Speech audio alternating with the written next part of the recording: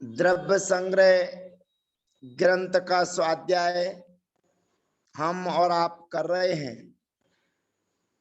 द्रव्य संग्रह 3 अध्यायों में ये संक्षेप सार रूप, जिसको कहा जाए जैनागम की कुंजी और अध्यात्म का तालमेल, सिद्धांत और अध्यात्म के तालमेल को बैठाकर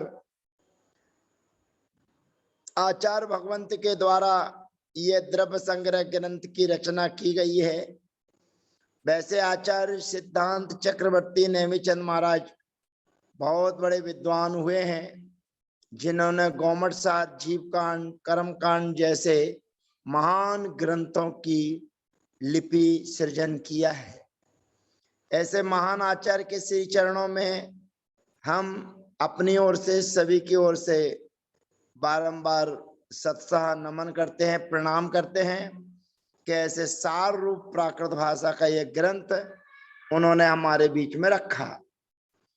अब ध्यान की साधना, ध्यान की चर्चा हम लोगों ने की, और माँ चिट्टे माँ जंपे किंची जेम हुई थिरो, इस प्रकार की गाथाओं का विचार चिंतन किया।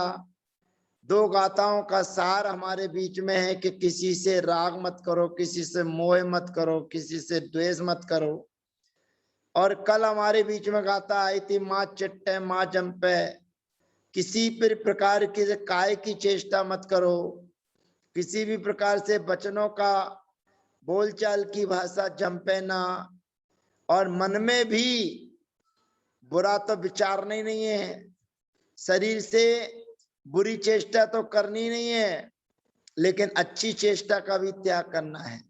वचनों से किसी का गलत कहना नहीं है, बुरा कहना नहीं है, लेकिन अच्छा भी नहीं कहना है। मन से किसी का बुरा स्वप्न में भी नहीं विचारना है, लेकिन आचार्य भगवंत कहते हैं कि यदि तुम्हें ध्यान में लीन रहना है तो मन में अच्छा विचारने का भी आप त्याग कर दो। ऐसी पवित्र भावनाओं के साथ वो गाथाएं हमारे बीच में हैं और जीवन पर्यंत हैं। हजारों साल पुराना यह ग्रंथ आज भी लोगों के मन मस्तिष्क पर छाया हुआ है। तो ऐसे ध्यान के बाद देखिए क्या कह रहे हैं आचार्य भगवंत। जो लोग ये कहते हैं कि ध्यान कैसे होता है, चाहे जैसे हो जाता है, चाहे वस्त्रों में हो, चाहे भोग करते रहें, लेकिन ध्यान हो जाता है, क्योंकि हमें तो आंखें बंद करना है और आत्मा का चिंतन मनन करना है। आचार्य भगवंत कहते हैं आंखें बंद करने,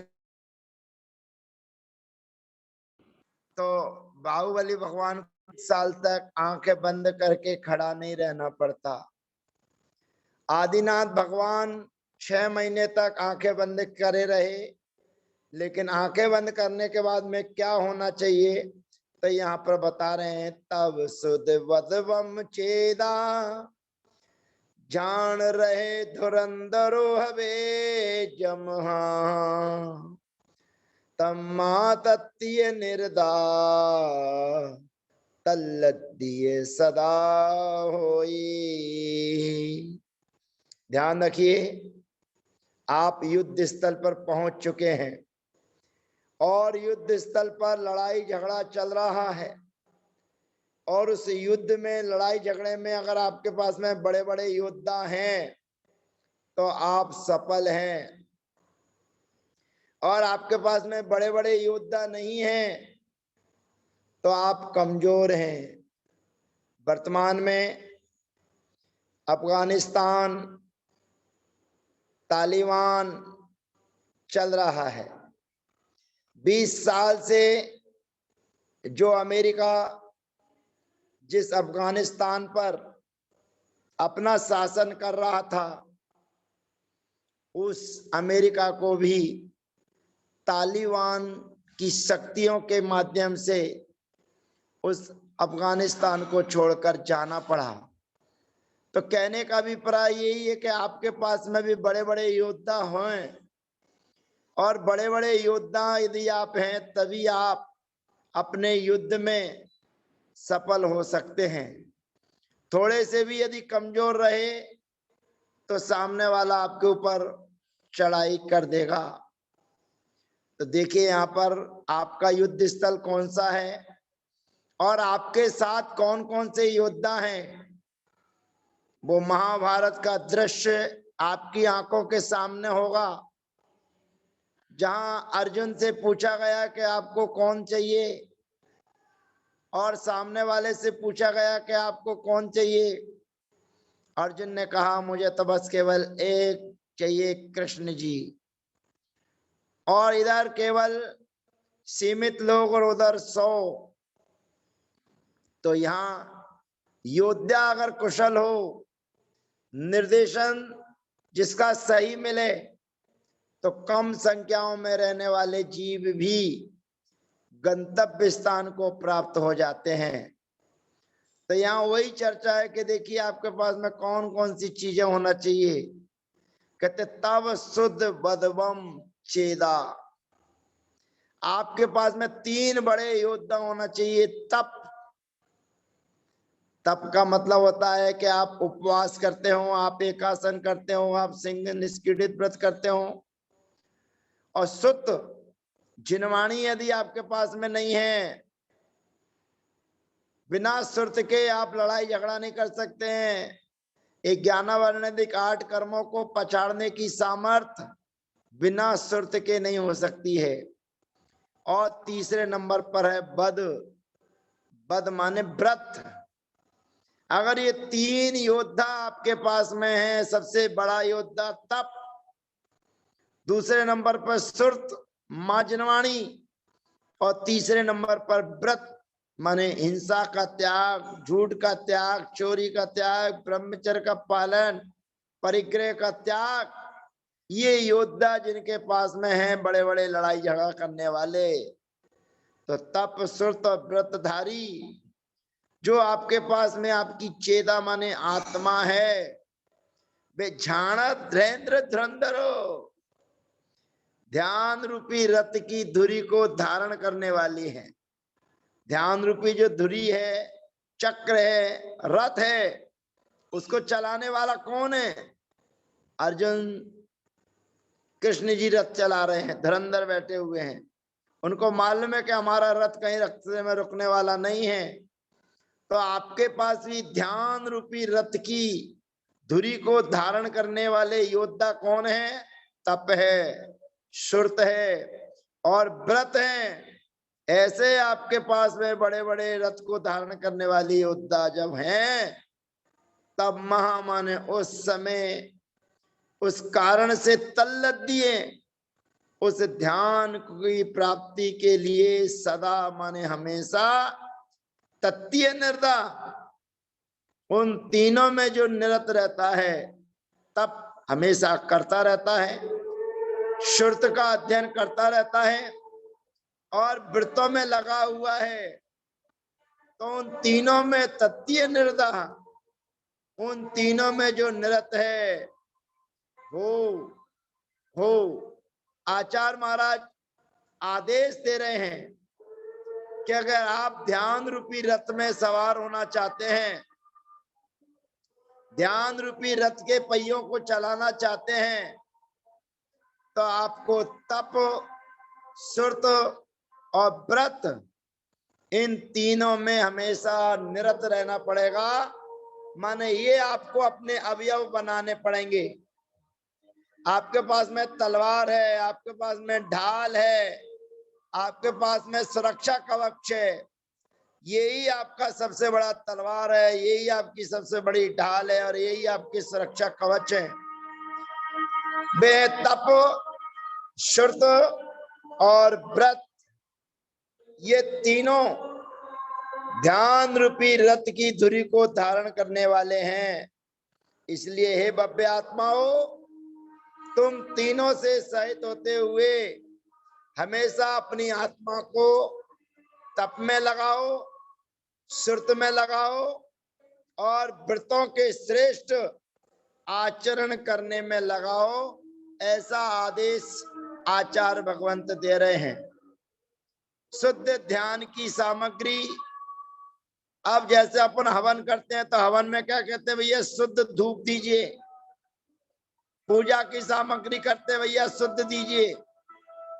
ऐसे ही शुद्ध ध्यान की सामग्री क्या है, कहते 5 महाव्रत अंगीकार करना, जिन सूत्र का अभ्यास करना, तप करना, ये 3 विशेष गुण जिसके पास में है, यानी कि 5 महाव्रतों को जिसने धारण किया है और 5 महाव्रतों को धारण करने के बाद मां जिनवाणी के पठन पाठन में लगा है और उसके बाद में तपस्या भी कर रहा है, ऐसा जीव ही जिसके होते हैं वह ही पुरुष ध्यान रूपी रथ को चलाता है। ध्यान रूपी रथ को चलाने वाला वही पुरुष समर्थ होता है जो तप, सुरत और व्रत से परिपूर्ण है। जिसके होते हैं वह पुरुष ध्यान रूपी रथ को चलाता है। संसार, शरीर और भोग संबंधी पदार्थों में लीन होकर प्रवर्तन करने वाले को शुभ ध्यान का होना ही कठिन है, तब शुद्ध ध्यान कहां से हो। कितनी अच्छी बात कही गई है। संसार, शरीर और भोग संबंधी पदार्थों में लीन रहने वाला व्यक्ति, जिसको संसार अच्छा लग रहा है, जिसको शरीर की साज सज्जा अच्छी लग रही हो, जिसको इंद्रियों के विषय रसना इंद्रिय की ललुपता हो, ऐसे पदार्थों में लीन रहने वाला जीव, उसको कभी भी शुभ ध्यान नहीं हो सकता है। जब शुभ ध्यान नहीं हो सकता है तो शुद्ध ध्यान उनके कहां से कैसे होगा। तो बंधुओं, आप भी ध्यान रूपी रथ पर सवार होना चाहते हैं तो तप, श्रुत और व्रत, ये तीनों योद्धा उस रथ पर सवार होंगे तो वह रथ आपको गंतव्य स्थान पर पहुंचाकर रास्ते में मिलने वाले जो भी कर्मजन राजा होंगे, उन सब राजाओं को आप परास्त करते हुए अपने गंतव्य स्थान को प्राप्त हो जाएंगे।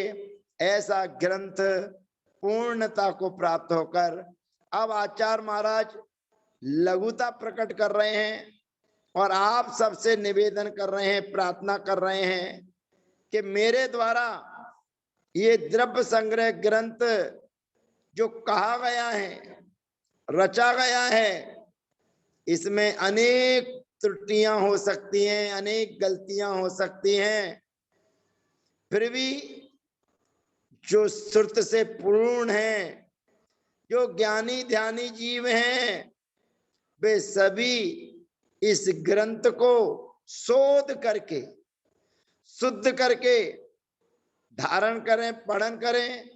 क्योंकि मैं अल्प ज्ञानी हूं, थोड़े से श्रुत को धारण करने वाला मैं नेमिचंद, जिसके द्वारा ये द्रव्य संग्रह ग्रंथ लिखा गया है, वे द्रव्य संग्रह को पढ़ने वाले, उनको यदि कहीं कोई छोटी मोटी त्रुटि नजर आए तो भैया आप उसको सुधार के पढ़िए, क्योंकि आप में बुद्धि ज्यादा है, मेरे पास में उतनी क्षमता नहीं है। ये पुराने महान आचार्य होते थे कि सब कुछ लिखने के बाद में अंत में कहते हैं कि भैया जो पाठक हैं वो संशोधन करके पढ़ें, क्योंकि मैं तो तणु सुत धरेण, थोड़े से सुत को धारण करने वाला हूं।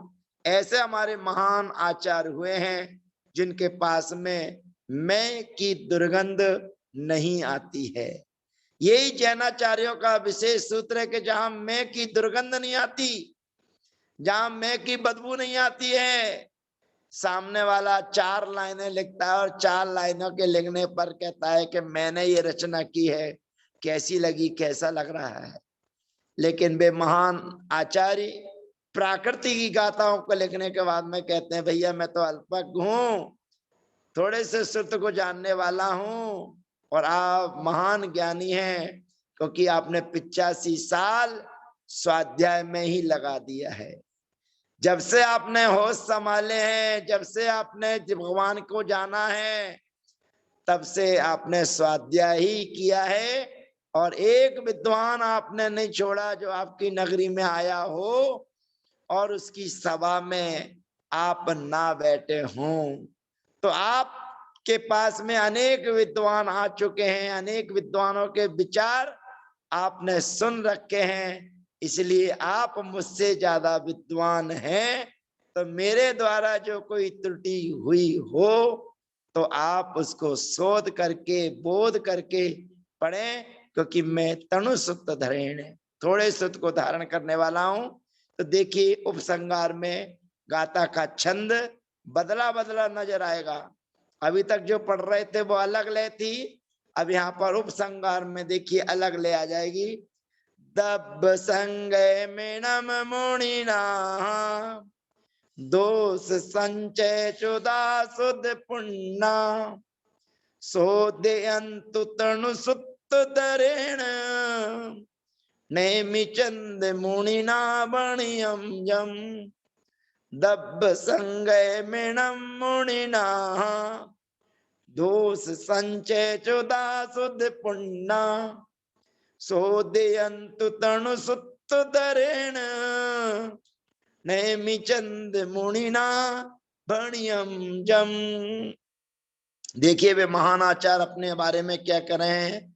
तनु सुत धरेण, थोड़े से श्रुत को धारण करने वाले मैं नेमि चंद्र मुनिना, मुझ नेमि चंद्र मुनि के द्वारा जम्भणियम, जो कुछ भी कहा गया है, क्या कहा गया है, इणम दब्ब संगम, यह द्रव्य संग्रह नाम का जो ग्रंथ जो मेरे द्वारा कहा गया है, आप सुधी श्रावक दोष संचय चुधा, समस्त दोषों से रहित होकर शुद्ध पुण्य शुद्ध करते हुए श्रुत में परिपूर्ण होते हुए मुनिना जान करके परिपूर्ण करते हुए ऐसे प्रधान मुनि जो श्रेष्ठ मुनिगण हैं, शुद्ध पुण्य मुनिना, श्रुत के पारंगत जो मुनिराज हैं, ऐसे मुनिराज उनको सोदयंतु, उसको शुद्ध करें। अगर मेरे द्वारा अल्प ज्ञानी के द्वारा कुछ लिखा गया है तो ज्ञानी ध्यानी जो श्रुत के पारंगत हैं वे मुनिराज उसका शोधन करें और शुद्ध करें, ऐसी आलोचना अपनी वो कर रहे हैं।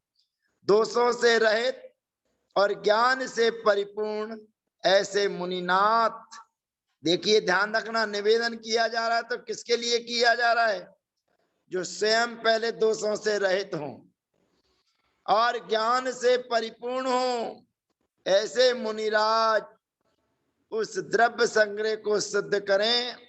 ऐसा कहकर आचार्य श्री ने ये कहा है कि छदमस्त से दोष हो जाना संभव है, इसमें कहीं कोई दिक्कत वाली बात नहीं है। अतः निर्दोष ज्ञानी महामुनि से शुद्ध करें, परंतु सर्वज्ञ द्वारा निर्दिष्ट एवं प्रतिपादित विषय को ही आचार्य श्री ने अपनी भाषा शैली में लिपिबद्ध किया है, इसीलिए इसमें दोष नहीं हो सकता है। इस गाथा में जो कहा गया है वह सब विनम्रता की भाषा है, माने आचार्य भगवंत के अंदर कितनी विनम्रता है, कितनी विनय भाव है कि वो अपना निवेदन कर रहे हैं कि आप इसको शोध करके, देख करके, समझ करके शुद्ध करें। इस प्रकार से ये महान द्रव्य संग्रह नाम का ग्रंथ पूरा हुआ, आचार्य नेमिचंद महाराज के द्वारा लिखा गया। यह ग्रंथ आज पूर्णता को प्राप्त हुआ है। इस ग्रंथ के माध्यम से हमने विगत दिनों जो भी स्वाध्याय किया, जो भी ज्ञान का अर्जन किया, अपना शुभोपयोग इस ग्रंथ के माध्यम से लगाया। ऐसे महान आचार्य भगवंत के श्री चरणों में सिद्ध भक्ति, श्रुत भक्ति और आचार भक्ति सहित सतसह त्रिवार उनके चरणों में नमोस्तु नमोस्तु नमोस्तु। और ग्रंथ पूर्ण हुआ। जिनवाणी स्तुति के पहले सभी लोग 9 बार नमोकार मंत्र का स्मरण करिए। उसके बाद फिर जिनवाणी स्तुति करेंगे, फिर 9 बार नमोकार मंत्र पढ़ेंगे।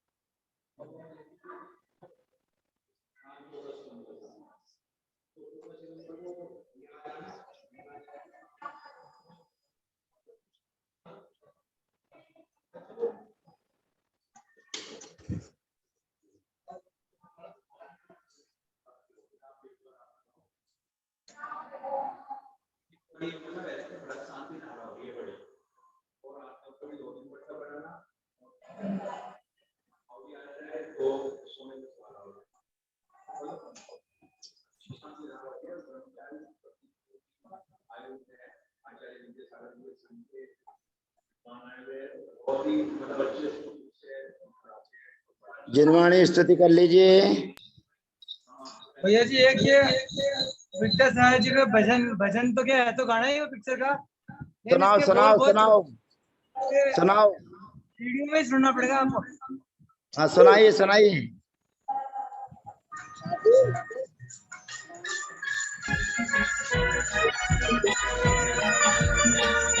तेरा कोई साथ ना दे तो खुद से प्रीत जोड़ ले।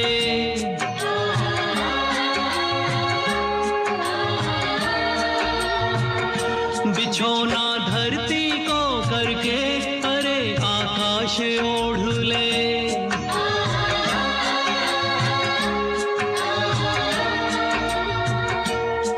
यहाँ पूरा खेल अभी जीवन का तूने कहाँ है खेला।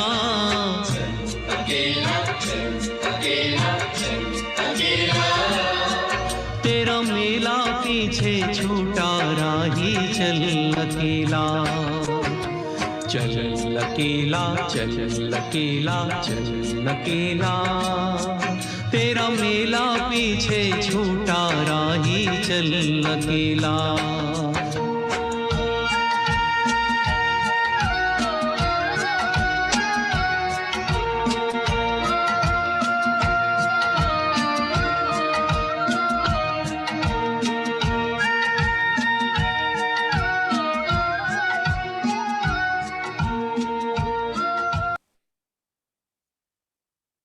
बहुत बढ़िया।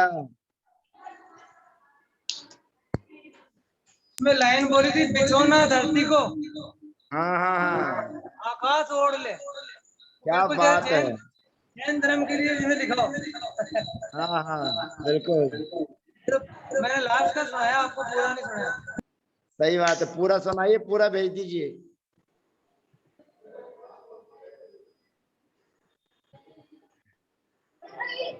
लिंक भेज भैया दूंगा। किसकी हाँ। क्लास होगी, क्या चीज पढ़ेंगे कल से भैया जी? कल से क्या पढ़ेंगे? कल से क्या पढ़ेंगे? मंगलाष्टक वगैरह, पूजन पाठ वगैरह जो भी चीज है वो हाँ, चालू हाँ। करेंगे। प्रारंभिक संस्कृत की सीखेंगे, मंगलाष्टक का उच्चारण वगैरह जो पूजा हाँ। पढ़ते हैं वो शुद्ध करवाएंगे। जी भैया जी। मिथ्यात्म शिवे को ज्ञान के प्रकाश शिवे को बानो से बखानी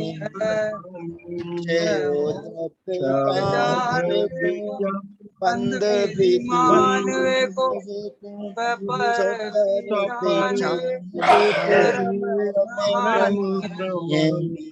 अनुभव बताए वे को जीव के जताए वे को काहू न बताए वे को पर भय है जहाँ तहाँ तार वे को पार के तार वे को सुख वे यही है जिन वाणी से ज्ञान से सूझे लोका मस्तक धरो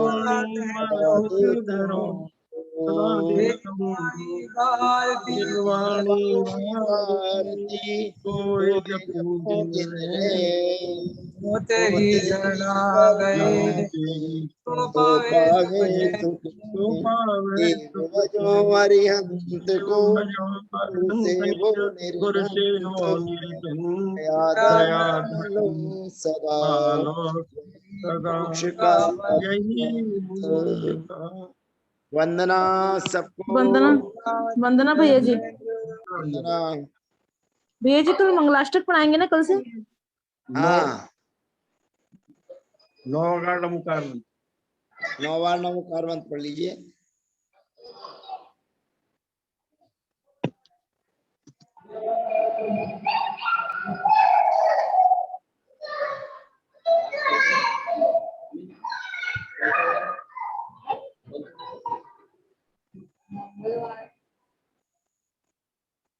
बोले द्वासंग जिनवाणी माता की जय। की जय।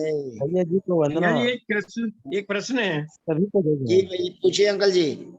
हाँ, ये है कि जो सामान्य मुनि होते हैं, जब उनको केवल ज्ञान होता है तो उनका शरीर परमोदारिक हो जाता है। सभी का हो जाता है, केवल ज्ञान होने के बाद सभी मुनि राजाओं का हो सभी जाता का है। हो जाता है। तो पहले औदारिकता तो वो जीव निरोधिया होते हैं, वो फिर और मरते हैं क्या? औदारिक का मतलब होता है कि हमारे और आपका शरीर औदारिक है, इसमें हाँ। सूक्ष्म और बादर दोनों निगोदिया जीव हैं। हाँ ठीक है। लेकिन जब केवल ज्ञान हो जाएगा तो इसमें बादर निगोदिया जीव हमारे शरीर के आश्रित नहीं रहेंगे। नहीं तो कहाँ जाएंगे? रहेंगे नहीं, उत्पन्न नहीं होंगे, जाएंगे कहाँ? आयु उनकी अच्छा, पूरी हो जाएगी पहले ही। उत्पन्न नहीं होगी। अच्छा, उनकी उम्र पूरी हो जाएगी। ये हाँ हाँ अच्छा अच्छा, ठीक। भैया जी ये हाँ, वो भेजा जाएगा, इसमें कुछ उच्चारण के शुद्ध उच्चारण वाला भेजा जाएगा आपको, उसको रखना पड़ेगा, है ना? उच्चारण ठीक रहेगा ना, ये तो पता पड़ा कि अपन इसी में सुधारते चले जा रहे हैं। ठीक है ना भैया जी? बहुत बढ़िया। ठीक है। वंदना भैया जी। वंदना बहन जी। तो वंदना भैया जी, अब तक कई दिनों में लेंगे, अब तो 10 लाक्षणी के बाद। हैं? हाँ हाँ, हाँ, अब 10 लक्षण में छुट्टी रहेगी। अच्छा ठीक है। 10 लक्षण में छुट्टी रहेगी, ठीक है ठीक। क्योंकि प्रवचन करना है, जहां जाएंगे वहां प्रवचन चलना है, ऐसा। हाँ ठीक है, चलता रहेगा, ये भी वंदना चल भैया जाएगा जी। भैया जी। आओ वंदना भैया जी, प्रणाम। चल, ये भी चल जाएगा भैया वंदना। जी। जय आओ, हिंद। जय जिनेन्द्र। भैया जी वंदना भैया जी। वंदना बहन जी। वंदना जय जिनेन्द्र। सबको जय जिनेन्द्र। सबको जय जय जिनेन्द्र हिंद, जय बहन हिंद, जी को जय जय हिंद। जिनेन्द्र।